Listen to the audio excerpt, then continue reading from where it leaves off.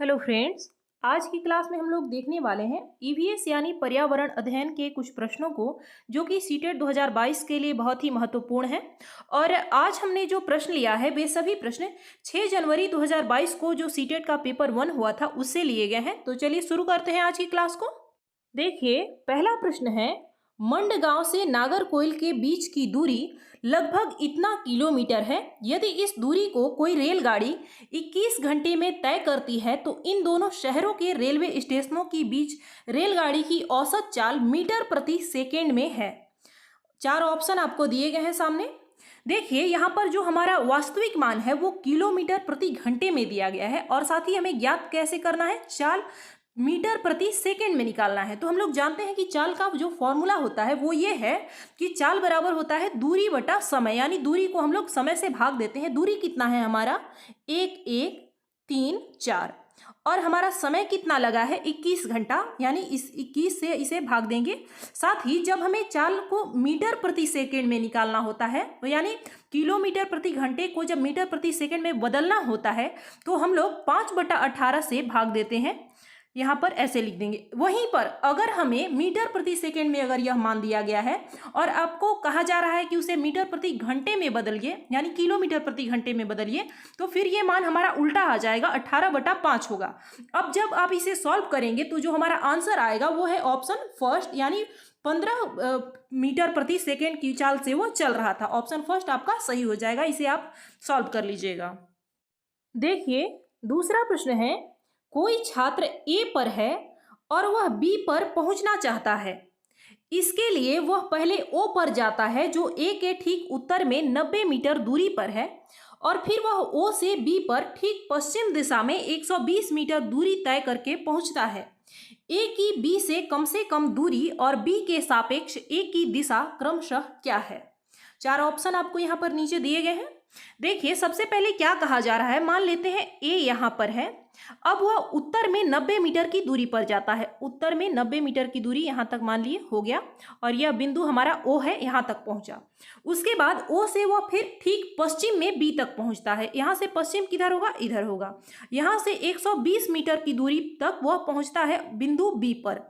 अब आपसे पूछा जा रहा है कि बी के सापेक्ष ए की दिशा क्या है। तो सबसे पहले नीचे की ओर जा रहा है, इसका मतलब ये दक्षिण में जा रहा है, और इस तरफ जा रहा है, यानी यह पूर्व दिशा की ओर जा रहा है। तो जो हमारा आंसर होगा, जो दिशा होगा वो क्या होगा, दक्षिण पूर्व होगा। तो ऑप्शन फर्स्ट और फोर्थ तो हमारा अलग हो गया, क्योंकि इसमें दक्षिण पूर्व हमें दिखाई नहीं दे रहा है। अब यहाँ पर कहा जा रहा है कि कम से कम दूरी, तो यह दूरी ज्ञात करने के लिए हम क्या करते हैं, यह जो इसका एक फॉर्मूला होता है जिसे पाइथागोरस प्रमेय भी कहते हैं, इसका और इसका स्क्वायर जो है, इन दोनों को ऐड करने पर जो हमें प्राप्त होता है वो इसका स्क्वायर होता है। यह हमारा फॉर्मूला है, इसी आधार पर इसे आपको सॉल्व करना है। तो देखिए, जब हम लोग 120 का स्क्वायर करेंगे तो सिंपली इसे किस तरीके से करेंगे, 12 का जब स्क्वायर करते हैं तो हमारा आता है 1 4 4, और उसके बाद यहाँ 0 है तो यहाँ पर हम लोग डबल 0 लगा देंगे।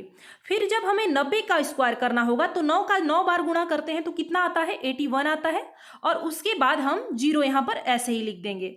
फिर इसे ऐड करेंगे तो यहाँ आ जाएगा 4 और 1 कितना होता है, 5 होता है। 8 और 4 जो होता है, 8 और 4 कितना होता है, 12 होता है। फिर 1 यहाँ पर है और 1 जो हमारे पास बचा वो, यानी कि 225 और डबल 0 आ गया। अब यह जो संख्या है वो रूट में है, वो ऐसे ही नहीं है। अब इसे जब सॉल्व करना होगा तो हम लोग जानते हैं कि जब हम लोग 15 से को 15 बार में गुणा करते हैं, यानी जब 15 का स्क्वायर करते हैं तो 225 आता है। तो जो हमारा संख्या होगा वो क्या होगा, 15 होगा। और उसके बाद यहाँ पर डबल 0 लगा हुआ है, इसलिए हम लोग 1 0 और लगा देंगे। यह इसका रूट हटाने के बाद हमारे पास आएगा 150, यानी कि ऑप्शन थर्ड हमारा सही हो जाएगा। 150 मीटर दक्षिण पूर्व जो है उसका दिशा है और दूरी है। अगला प्रश्न है, निम्नलिखित में से स्लॉथ के बारे में सही कथन चुनिए। ऑप्शन फर्स्ट है, स्लॉथ लगभग 40 वर्ष जीते हैं और दिन के लगभग 17 घंटे वृक्षों की शाखाओं पर उल्टे सिर लटकाकर मस्ती से सोते हैं। सेकंड है स्लॉथ लगभग 10 वर्ष जीते हैं और दिन के लगभग 20 घंटे वृक्षों की शाखाओं पर उल्टे सिर लटकाकर मस्ती से सोते हैं। थर्ड है स्लॉथ लगभग 17 वर्ष जीते हैं और दिन के लगभग 20 घंटे किसी वृक्ष के नीचे सोते हैं और तथा उसी वृक्ष के पत्ते खाकर पलते हैं। फोर्थ है स्लॉथ लगभग 40 वर्ष जीते हैं और दिन के लगभग 20 घंटे किसी वृक्ष की शाखा से लटक कर सोते हैं और यह जिस वृक्ष पर रहते हैं उसी के पत्ते खाकर पलते हैं। तो देखिए इसका जो सही आंसर हो जाएगा वो है हमारा ऑप्शन फर्स्ट। स्लॉथ जो होते हैं उनका उम्र होता है लगभग 40 वर्ष और यह दिन के लगभग 17 घंटे तक सोते हैं। ये आपके एनसीईआरटी में दिया हुआ है। अगला प्रश्न है, सर्दियों में ऊनी वस्त्र हमें गर्म रखते हैं, ऊन के ऊष्मारोधी होने का कारण है। ऑप्शन फर्स्ट है ऊनी रेशे आपस में कसकर जुड़े हुए हैं और ठंडी हवा को गुजरने नहीं देते। सेकंड है ऊनी रेशों के बीच वायु फंसी होती है एवं वायु ऊष्मारोधी है। थर्ड है ऊनी रेशे मोटे होते हैं और बाहरी ऊष्मा को नियंत्रित करते हैं। फोर्थ है ऊनी रेशे मोटे होते हैं और ठंडी हवा को गुजरने नहीं देते। तो देखिए इसका जो सही आंसर हो जाएगा वो है ऑप्शन सेकेंड। जो ऊनी रेशा होता है उनके बीच में हवा यानी वायु जो होता है वो फंसा होता है और जो वायु क्या है वो ऊष्मा का रोधक है यानी ऊष्मा को जाने नहीं देता है, इसलिए हमारा जो शरीर रहता है सर्दियों के दिन में ऊनी वस्त्र पहनने पर गर्म रहता है। प्रश्न संख्या 5 है, कक्षा 5 की पाठ्यपुस्तक में छपे गोलकुंडा किले के मानचित्र में 1 सेंटीमीटर जमीन पर 110 किलो की दूरी को दर्शाता है। यहाँ पर मीटर दिया हुआ था। इस मानचित्र में फतेह दरवाजे और बंजारा दरवाजे के बीच की दूरी 14.2 सेंटीमीटर है। जमीन पर इन दोनों दरवाजों के बीच कम से कम दूरी होगी। यहाँ पर 4 ऑप्शन आपको दिए गए हैं। अब देखिए इसे हम लोग किस तरीके से निकालेंगे। यहाँ पर दूरी क्या है, 1 सेंटीमीटर बराबर कितना दिया हुआ है, 110 मीटर दिया हुआ है। तो सबसे पहले हम लोग लिखेंगे 110 और उसके बाद इसका गुणा हम लोग कहाँ करेंगे, जो यहाँ पर दिया गया है मान 14.2, यहाँ पर इससे गुणा करेंगे, यहाँ पर पॉइंट लिखेंगे और 2 लिखेंगे। अब देखिए जो हमारा पॉइंट हटाने के लिए हम लोग क्या करते हैं, जितना पॉइंट लगा होता है उतना ही जीरो जो होता है नीचे लिख देते हैं, यानी कि यहाँ पर 1 अंक के बाद है इसलिए हम यहाँ पर 10 लिख देंगे और यह पॉइंट जो है हमारा यहाँ से हट जाएगा। अब जो संख्या दिया हुआ है इसे हम लोग गुणा करेंगे तो यहाँ पर एक जीरो से ये जीरो हट जाएगा। अब 11 से सिंपली आपको इतने में गुणा करना है। तो जब आप लोग यहाँ से गुणा करेंगे तो आपके पास जो अंक होगा वो होगा 1562। अब जो दिया गया है ऑप्शन में दिया गया है यह क्या है, ये किलोमीटर में है और जबकि यहाँ क्या था, यहाँ मीटर में था। यहाँ पर जो हमारा आंसर आया वो क्या था, मीटर में था। तो हम लोग जानते हैं कि 1 किलोमीटर बराबर 1000 मीटर होता है, यानी कि इसे हम लोग किलोमीटर में कन्वर्ट करने के लिए क्या करेंगे, 1000 से भाग दे देंगे।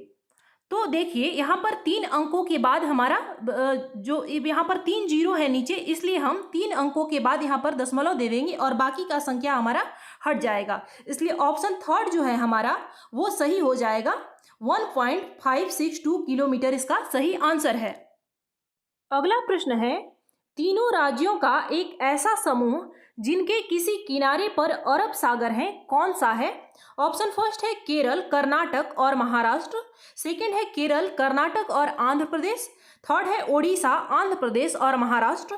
फोर्थ है महाराष्ट्र, केरल और पश्चिम बंगाल। तो हम लोग जानते हैं पश्चिम बंगाल और आंध्र प्रदेश जो राज्य है वो कहाँ है, बंगाल की खाड़ी के किनारे है, इसलिए ये ऑप्शन हमारा नहीं होगा। ऑप्शन फर्स्ट हमारा सही आंसर होगा। अगला प्रश्न है, एक ऐसा नाच है जिसमें जमीन पर बांस की डंडी लेकर 2-2 लोगों की जोड़ी आमने सामने बैठती है, ढोल की ताल पर डंडियों को जमीन पर पीटते हैं तथा ताल के अनुसार डंडियों के बीच लोग एक कतार में खड़े होकर कूदते और नाचते हैं। इस नाच का नाम तथा उस राज्य का नाम जहाँ के लोग इसे नाचते हैं क्रमशः क्या है। ऑप्शन फर्स्ट है तोरांग और मिजोरम। सेकंड है कुडुख झारखंड। थर्ड है चेराव मिजोरम और फोर्थ है झूम झारखंड। तो देखिए इसका जो सही आंसर हो जाएगा वो है ऑप्शन थर्ड, चेराव मिजोरम। यानी चेराव जो नृत्य है वो मिजोरम में किया जाता है और यह जो ऊपर जो विशेषता दिया गया है वो एक किसका है, चेराव नृत्य का ही है। और चेराव नृत्य को हम लोग एक और नाम से जानते हैं जिसे बांस नृत्य भी कहा जाता है। इसमें बांस का उपयोग किया जाता है, तो आप लोग याद रखेंगे। अगला प्रश्न है, संसार की पांचवी और भारत की पहली ऐसी महिला जिन्होंने माउंट एवरेस्ट की चोटी पर कदम रखा था का नाम है। ऑप्शन फर्स्ट है बछेंद्री पाल, सेकंड है सुनीता विलियम्स, थर्ड है कर्णम मल्लेश्वरी और फोर्थ है संतोष यादव। तो देखिए इसका जो सही आंसर हो जाएगा वो है ऑप्शन फर्स्ट बछेंद्री पाल। अगला प्रश्न है, प्रसिद्ध भारतीय त्योहारों होली और दीपावली के विषय में नीचे दिए गए कथनों में से सही कथन को चुनिए। ऑप्शन फर्स्ट है ये दोनों त्योहार पूर्णिमा को मनाए जाते हैं, सेकंड है ये दोनों त्योहार अमावस्या को मनाए जाते हैं, थर्ड है दीपावली पूर्णिमा को तथा होली अमावस्या को मनाई जाती है और फोर्थ है दीपावली अमावस्या को तथा होली पूर्णिमा को मनाई जाती है। तो देखिए इसका जो सही आंसर हो जाएगा वो है ऑप्शन फोर, दीपावली जो है वो अमावस्या को और होली जो है वो पूर्णिमा को मनाई जाती है। अगला प्रश्न है, रेगिस्तानी ओक के विषय में नीचे दिए गए कथनों पर विचार कीजिए। ऑप्शन फर्स्ट है यह वृक्ष लगभग किसी सामान्य कक्षा के कमरे की दीवार की ऊंचाई तक बढ़ता है, बी है यह वृक्ष अबू धाबी में पाया जाता है, सी है इस वृक्ष के तने से जल एकत्र होता है, स्थानीय लोगों को जब आवश्यकता होती है तो पाइप से जल निकालकर पीते हैं, डी है इस वृक्ष की जड़ें वृक्ष की ऊंचाई की लगभग 30 गुनी गहराई तक नीचे जमीन के भीतर जाती है जब तक जल तक न पहुंच जाए, ई है इस वृक्ष की बहुत सी शाखाएं होती हैं जिन पर घने पत्ते लगे होते हैं। इनमें से सही कथन है। तो देखिए इसका जो सही आंसर हो जाएगा वो है ऑप्शन फर्स्ट, ए, सी और डी जो है वो हमारा सही है। अबू धाबी में नहीं बल्कि ऑस्ट्रेलिया में पाया जाता है और इसमें बहुत सी शाखाएं और ज्यादा पत्ते नहीं होते, इसलिए दोनों कथन गलत हैं।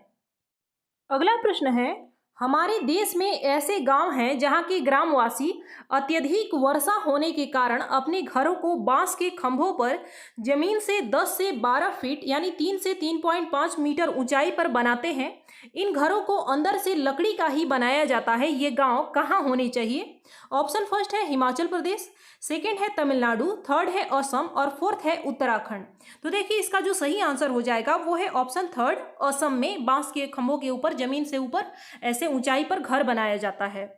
अगला प्रश्न है, नीचे दिए गए हमारे देश के किस राज्य या केंद्र शासित प्रदेश के अधिकांश सामान्य लोगों को नारियल डली हुई किसी भी करी के साथ उबला हुआ टैपियोका खाना सबसे अच्छा लगता है? ऑप्शन फर्स्ट है आंध्र प्रदेश, सेकंड है गोवा, थर्ड है तमिलनाडु और फोर्थ है केरल। बहुत ही आसान सा प्रश्न है, इसका जो सही आंसर हो जाएगा वो है ऑप्शन फोर्थ केरल। अगला प्रश्न है, बिहार राज्य के लोगों के लिए मधुमक्खी पालन की प्रक्रिया शुरू करने का सर्वोत्तम समय कौन सा होता है? ऑप्शन फर्स्ट है अक्टूबर से दिसंबर, सेकंड है अप्रैल से सितंबर, थर्ड है मार्च से जून और फोर्थ है जनवरी से मार्च। तो इसका जो सही आंसर हो जाएगा वो है ऑप्शन फर्स्ट, अक्टूबर से दिसंबर मधुमक्खी पालन के लिए उपयुक्त समय होता है। अगला प्रश्न है, मानव पोषण के संदर्भ में स्वांगीकरण का अर्थ है? ऑप्शन फर्स्ट है पचा हुआ भोजन का क्षुद्रांत की भित्ति में अवशोषित होना एवं रुधिर वाहिकाओं में प्रवेश करना, सेकंड है अवशोषित पदार्थों का शरीर के विभिन्न भागों में स्थानांतरित होना, थर्ड है पचा हुआ पदार्थ शरीर में जटिल पदार्थों को बनाने में उपयोग होना और फोर्थ है भोजन का वह भाग जिसका पाचन नहीं हो पाता, अवशोषित नहीं होता और बृहदान्त्र में भेजा जाता है। तो देखिए इसका जो सही आंसर हो जाएगा वो है ऑप्शन थर्ड, पचा हुआ पदार्थ शरीर में जटिल पदार्थों को बनाने में उपयोग होना। इस प्रक्रिया को हम लोग क्या कहते हैं? स्वांगीकरण कहते हैं। अगला प्रश्न है, उस खेत की मृदा के विषय में विचार कीजिए जिसमें कोई किसान रासायनिक उर्वरकों और पीड़कनाशियों का अधिकाधिक उपयोग करके अपने खेतों में बार बार धान की फसल उगा रहा है। आपके विचार से उसके इस व्यवहार से उसके खेतों की मृदा ऑप्शन फर्स्ट है अन्य फसलों के लिए अधिक उपजाऊ हो जाएगी, सेकंड है केवल धान की फसल के लिए उपयुक्त बनेगी, थर्ड है वर्ष में कई फसलों के लिए अधिक उपयुक्त बनेगी और फोर्थ है कुछ समय पश्चात बंजर हो जाएगी। तो हम लोग जानते हैं कि एक ही फसल को बार बार उगाने और फिर ज्यादा रसायनों का उपयोग करने से जमीन जो होता है वो बंजर हो जाती है, इसलिए ऑप्शन फोर्थ हमारा सही होगा। अगला प्रश्न है, पर्यावरण अध्ययन में गृह अधिविन्यास का उद्देश्य है? ऑप्शन फर्स्ट है पुनरावृत्ति एवं सुदृढ़ीकरण, सेकंड है घर पर समय का सदुपयोग, थर्ड है विद्यालय में सीखी संकल्पनाओं में दक्षता और फोर्थ है सीखने का विस्तार। तो यहाँ पर गृह अधिविन्यास का अर्थ है यानी जो घर पर करने के लिए कार्य दिया जाता है या फिर जो असाइनमेंट वगैरह दिए जाते हैं। तो इसका जो सही आंसर हो जाएगा वो है ऑप्शन फोर्थ, सीखने का विस्तार। अगला प्रश्न है, शीला ने कक्षा 2 के विद्यार्थियों को पढ़ाने के लिए उप प्रकरण पशु लिया। निम्न में से कौन से प्रकरण उनके अधिगम के विस्तार के लिए लाभदायी होंगे? ऑप्शन फर्स्ट है किसी कविता से स्थानिक पशुओं के नामों का उच्चारण करना। सेकंड है प्राणी उद्यान के पशुओं तथा स्थानिक पशुओं के चित्रों को देखना। थर्ड है प्राणी उद्यान में पशुओं या जानवरों को देखना। फोर्थ है पशुओं के चित्रों के कट आउट देखना। तो देखिए इसका जो सही आंसर हो जाएगा वो है ऑप्शन थर्ड, प्राणी उद्यान में पशुओं या जानवरों को देखना इसका सबसे बेहतरीन उदाहरण है। वहां पर बच्चे प्रत्यक्ष रूप से चीजों को देखेंगे। अगला प्रश्न है, जल से संबंधित त्योहारों को समुदायों द्वारा मनाने को ज्ञात करने के लिए सर्वाधिक उपयुक्त युक्ति कौन सी है? ऑप्शन फर्स्ट है सहपाठी द्वारा सीखना। सेकंड है समुदायों के त्योहारों की वीडियो देखना। थर्ड है परिवार तथा समुदायों में बुजुर्गों से बातचीत करना। और फोर्थ है शिक्षक से चर्चा करना। तो इसका जो सही आंसर हो जाएगा वो है ऑप्शन थर्ड, परिवार तथा समुदायों में बुजुर्गों से बातचीत करना। अगला प्रश्न है, कक्षा 1 तथा 2 में पर्यावरण अध्ययन की कोई पाठ्यपुस्तकें क्यों नहीं है? ऑप्शन फर्स्ट है पर्यावरण अध्ययन के प्रक्रिया कौशल शिक्षक की हैंडबुक में सुझाए गए खेलों द्वारा पढ़ाए जाते हैं। सेकंड है पर्यावरण अध्ययन की महत्वपूर्ण संकल्पनाएं शिक्षकों द्वारा संचालित पारस्परिक क्रियाकलापों द्वारा पढ़ाए जाते हैं। थर्ड है पर्यावरण अध्ययन से संबंधित संकल्पनाएं और कौशल भाषा तथा गणित के द्वारा सिखाए जाते हैं। फोर्थ है पर्यावरण अध्ययन से संबंधित संकल्पनाएं और कौशल भाषा शिक्षण द्वारा दिए जाते हैं। तो इसका जो सही आंसर हो जाएगा वो है ऑप्शन थर्ड, जो ईवीएस का जो भी संकल्पना है वो किन चीजों के माध्यम से, भाषा और गणित की पाठ्यपुस्तकों के माध्यम से सिखाए जाते हैं। प्रश्न संख्या 20 है, निम्न में से कौन सामाजिक सांस्कृतिक वातावरण का उदाहरण है? ऑप्शन फर्स्ट है जल, सेकंड है जंगल, थर्ड है स्मारक और फोर्थ है समुदाय। तो हम लोग जानते हैं समुदाय क्या है, सामाजिक सांस्कृतिक वातावरण का उदाहरण है। अगला प्रश्न है, पर्यावरण अध्ययन की संकल्पनाओं को प्राथमिक स्तर पर प्रस्तुत करने का उपागम ऐसा है कि विद्यार्थियों को भोजन, आश्रय इत्यादि के विषय में ज्ञात करने के लिए अपने परिवार और समुदाय के सदस्यों से परामर्श लेना पड़ता है। इसका कारण है ऑप्शन फर्स्ट है विद्यार्थी अपने परिवार और समुदाय के सदस्यों के निकट है। सेकंड है परिवार और समुदाय भोजन, आश्रय इत्यादि के संबंध में अधिक जानकारी रखते हैं। थर्ड है अधिगम का प्राथमिक स्रोत विद्यार्थियों की सामाजिक सांस्कृतिक पृष्ठभूमि है। और फोर्थ है पियाजे के मनोवैज्ञानिक नियम सीखने की सामाजिक अन्योन्य क्रियाओं पर आधारित है। तो इसका जो सही आंसर हो जाएगा वो है ऑप्शन थर्ड, अधिगम का जो प्राथमिक स्रोत है वो विद्यार्थियों का जो सामाजिक सांस्कृतिक पृष्ठभूमि है वहीं से है। क्योंकि बच्चा विद्यालय में कुछ समय के लिए आया है, वो अपने घर परिवार से, पड़ोस से उठ के आया है और उसके बाद उसे विद्यालय का जो शिक्षा का कार्य है उसको खत्म करने के बाद उसे परिवार में और समाज में ही रहना है। इसलिए आपको उससे जुड़ाव होना जरूरी है। इसलिए ऑप्शन थर्ड हमारा सही होगा। अगला प्रश्न है, संज्ञानात्मक बाधित विद्यार्थियों को पर्यावरण अध्ययन पढ़ाने की कौन सी युक्ति सर्वाधिक उपयुक्त है? ऑप्शन फर्स्ट है कक्षा में मिश्रित सहपाठी समूह बनाएं। सेकंड है पढ़ाने के लिए श्रव्य पाठों का अधिक विकास करें। थर्ड है कार्यों को भागों में बांटें और पृथक रूप से भागों को पूरा करें। फोर्थ है स्पर्शी शिक्षण अधिगम सामग्रियों का अधिक उपयोग करें। इसका जो सही आंसर हो जाएगा वो है ऑप्शन थर्ड, कार्यों को हम ऐसे टुकड़ों में बांटकर उसे देंगे। स्पर्शी शिक्षण नहीं होगा क्योंकि बच्चे को जब अगर देखने में प्रॉब्लम है तब हम इसे ऐसा सहायता देंगे। अगला प्रश्न है, पाठ योजना में ईवीएस की विषय वस्तु के विश्लेषण हेतु निम्न में से कौन सा आवश्यक चरण है? ऑप्शन फर्स्ट है सामग्री के उद्देश्यों का गठन करना। सेकंड है सामग्री को सिखाने के संसाधनों की पहचान करना। थर्ड है अनुदेशीय उद्देश्यों के आकलन की परियोजना बनाना। और फोर्थ है संकल्पना मानचित्र बनाना। तो हम लोग जानते हैं इसका जो सही आंसर हो जाएगा वो है हमारा ऑप्शन फोर, संकल्पना मानचित्र यानी कॉन्सेप्ट मैप का बनाना सबसे जरूरी है। अगला प्रश्न है, सतत एवं समग्र मूल्यांकन में समग्र शब्द संबंधित है। ऑप्शन फर्स्ट है संज्ञानात्मक स्तर से, सेकंड है सह पाठ्यचर्या क्रियाकलाप से, थर्ड है समग्र विकास से और फोर्थ है शैक्षिक क्षेत्र से। तो जो समग्र शब्द है वो किससे है? समग्र विकास से, यानी बालक के सभी पक्षों को ध्यान में रखना है। अगला प्रश्न है, पर्यावरण अध्ययन के सीखने के लिए आकलन का एक उदाहरण कौन सा है? ऑप्शन फर्स्ट है कार्यपत्रक के द्वारा विद्यार्थियों का भारत के मानचित्र पर भारत के तटीय राज्यों को खोजना।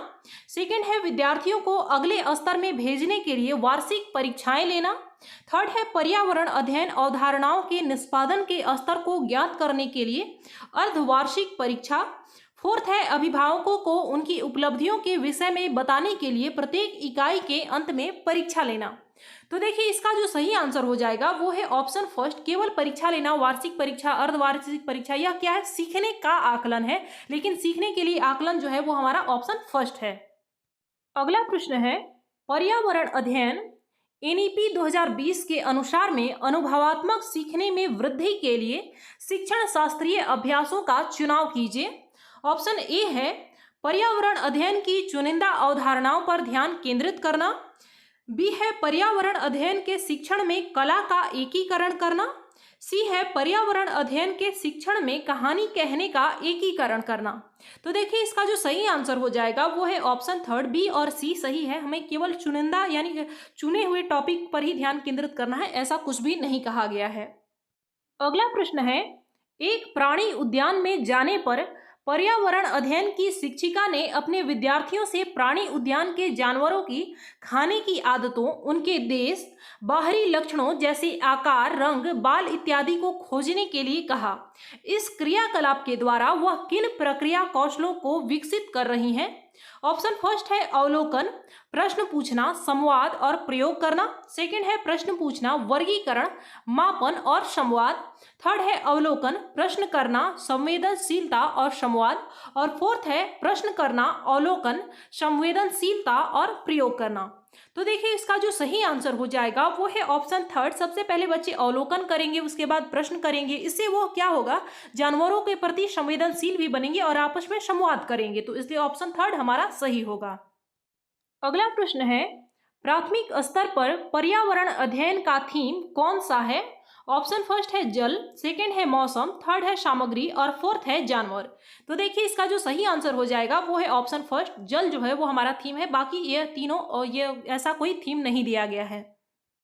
अगला प्रश्न है पर्यावरण अध्ययन के आकलन में एक शिक्षक कौन से उच्च स्तरीय चिंतन वाले प्रश्न का चुनाव करेंगे? ऑप्शन फर्स्ट है हम कौन सी 5 जड़ें खाते हैं। सेकेंड होगा क्या होगा यदि पृथ्वी पर पेट्रोल और डीजल ना हो। थर्ड है पत्तियों का हरा रंग किस कारण से है।